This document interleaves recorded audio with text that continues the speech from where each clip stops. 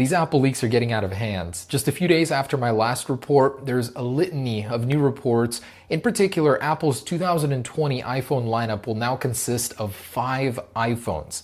Instead of the 4 earlier rumored, Apple is adding an additional 6.1 inch. And I've got the details here. Also an iPhone 9, which is going to be the SE2 technically. And the 2021 iPhone, Apple is removing the port. We're not even getting USB-C. They're going straight to a portless iPhone. The future is now, baby. Apple is not holding back in any way, and they're not afraid of change. Also, I'd like to say I'm doing a giveaway today. 5 AirPod Pros to celebrate the launch of our case. We're doing pre-orders on January 1st, and I couldn't be more excited. It took us almost a year to get here and about to launch. So to win one of those, you're going to follow Everything Apple Pro and Phone Rebel on Instagram. Links below. Drop a like and a comment on the latest post, and that's how you can win one of those. All right, let's get into the leaks. Let's begin with our legend, Ming-Chi Kuo. He's dropped a new report on Apple's upcoming 2020 year and 2021. It really starts to get crazy at that point. So instead of 4 iPhones, Apple will be launching 5 iPhones in 2020. So starting the year off in March with the iPhone SE2, which we're actually now hearing about from Mac Takara that it will be called the iPhone 9. And that makes ridiculous sense. I don't know why we couldn't have guessed that earlier, but the iPhone 9 actually makes sense as it's a successor to the iPhone 8. It'll look almost identical to it, aside from some internal changes with the logic board to accommodate for the Apple A13 and the updated LCP antennas. It'll basically be the iPhone 8 body, so it makes sense to succeed it with an iPhone 9 label. Now, Ming-Chi Kuo is confirming that one is happening again in March, so in Q1 of 2020. And as for the other models, which will be launching in the fall, all of them will support 5G technology. The difference between them will be camera technology. So Apple will be launching a 5.4 inch, 2 6.1 inch models, and of course the huge 6.7 inch model. Now, Ming-Chi Kuo details that the Pro models will be the 6.1 and 6.7 inch. So the 5.4 inch will not be a Pro model any longer. Apple is separating the lineup here, and then of course the base model 6.1 inch will not be a Pro model either. It's interesting now that Pro will go to a larger phone size. Between 6.1 or 6.7 inches, you will no longer be able to get the same features on a smaller phone. It's an all-new strategy for Apple, and the 5.4 inch will now have a dual lens camera on the back. It's going to be Apple's smallest iPhone in quite some time, but it will not be their best iPhone they're releasing in 2020. So in order to get the rear 3D sensor and the triple lens cameras, you're gonna have to go with the 6.1 or 6.7 inch iPhone 12 Pros likely. And looking past that, in 2021, Ming-Chi Kuo reports that the follow-up to the new redesign in 2020, at least one of the iPhone models, the high-end model, will not have a Lightning port whatsoever.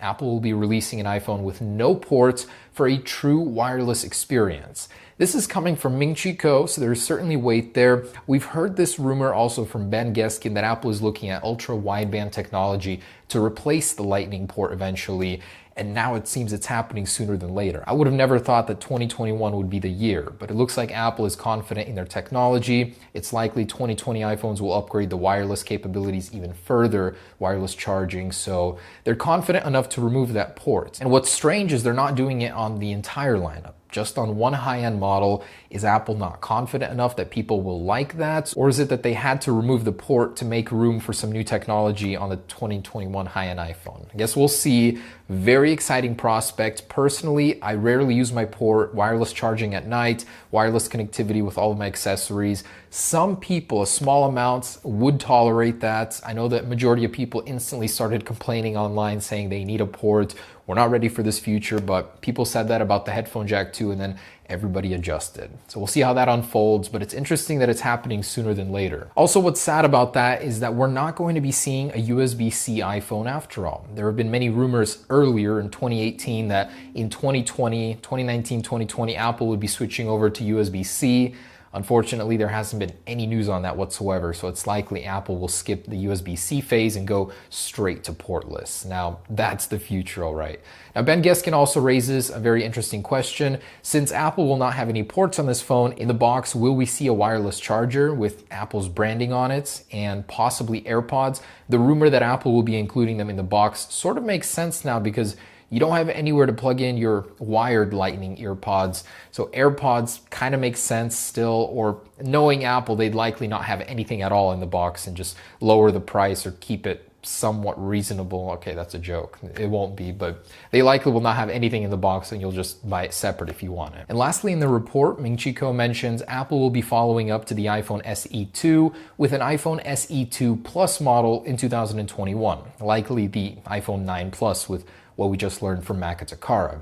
It will not have a home button. It will be a full screen display with a 5.5 or a 6.1 inch display and no Face ID system, meaning no notch needed on the top, but instead, very unusual for Apple, they'll be incorporating the Touch ID module into the power button on the side. That's very strange, but again, we've got time. We'll learn more about this device until 2021. It will likely be a budget end model. It would be cool though to see a no-notch iPhone, especially on a cheaper budget model like the iPhone SE2 Plus. Man, I can't believe I'm even saying these things. Like, we're almost living in the future. How far Apple has come, man. I've been reporting on these leaks for so long, and it's crazy that they just keep happening. And we may see the resurgence of Touch ID in the 2020 iPhone as previously reported. Now, Economic Daily News is reporting that Apple has met with a touchscreen supplier, GIS, to discuss shipping an iPhone with an embedded fingerprint sensor as soon as 2020. And this would be using Qualcomm's latest technology. They just announced it. It's an ultrasonic fingerprint sensor that's 17 times larger than what you'd find in the Galaxy S10. 20 by 30 millimeters surface area, so you'd have more of an area to scan your fingerprint, but it wouldn't cover the entire surface of the phone, as earlier reports from Bloomberg, Barclays, and Ming-Chi Kuo have suggested. There's a lot of word regarding the fact that Apple will be launching at least one iPhone with a fingerprint sensor in 2020, and this is just the latest article to add to that list. So the lineup is going to be very, very interesting. Apple is separating their iPhones more than they have in the past, and it's likely that this technology could arrive on the 6.7-inch iPhone as a flagship standalone feature. And to add fuel to that fire, Ben Geskin is claiming in a tweet that Apple is testing an iPhone codenamed D53 with no notch whatsoever and with a vertical mute switch, a feature that was rumored for the 2019 iPhones, potentially could have been for the 2020 iPhones. He also says it's running an internal version of iOS 14. And this is coming from a source that leaked some iOS 13 stuff regarding the volume HUD earlier, so there's some weight behind it.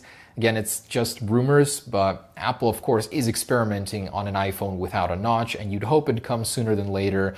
But whenever it does, you know it's going to be beautiful. In an interview with PC Magazine, Qualcomm's president mentioned that their number one priority as a company is to help Apple launch their 5G iPhone as soon as possible. And we already knew this, they're going to be using the new X55 modems. But what's interesting from that interview is that Qualcomm was unable to tweak some of the features on their modem because Apple had locked in the features as early as 18 months ago. Apple's development cycles are just insane. They're working on the iPhone, upcoming iPhones, years in advance, and they already know which features they're going to get. Of course, they probably tweak them with time, but it's very interesting to get a peek behind that curtain at Apple's development process. Now, there's been some crazy news in the world of miniaturization. Not only is Apple's logic board on the iPhone 12 getting even more dense with a triple stack layout, as reported by Ben Geskin, now Nikkei is reporting that one of Apple's capacitor suppliers, Murata Manufacturing, has been able to shrink one of their capacitors to 1/5 the current size, but deliver 10 times the electrical storage. This is in an effort to make logic boards even more dense to accommodate for 5G technology, because you will need a bigger battery, you will need beefier antennas, you'll need more room inside many phones, and it's assumed that Apple will be using this technology in their upcoming iPhone. We've also got some iOS 14 news by Mark Gurman of Bloomberg. Apparently, Apple will be overhauling the way that they develop and test software internally to provide a better product for you, starting with iOS 14. Because of iOS 13's very rocky release and the amount of patches it's had, I mean, more than any other iOS version in the very beginning, Apple will be changing the way that they develop software by allowing developers to actually disable certain parts of iOS, new features that are added in daily builds, using a new feature called flags. Now, this will ensure that you, as a customer, you receive a better product because they'll be able to actually isolate issues and bugs better by being able to turn off certain features and seeing how iOS reacts as a result. He also mentions that iOS 14 is internally called Azul, and some of the features from iOS 14 were delayed until iOS 15 in 2021, which is called Azul Plus 1 internally. But he says not to worry, as iOS 14 will be at least as big as iOS 13 feature-wise. And that's amazing because that was a huge release. I'm excited for that. He also does mention in that article that Apple is already planning a spring upgrade, likely iOS 13.4, in order to fix further bugs and likely add a couple more features. We're getting more and more advanced 2020, 2021,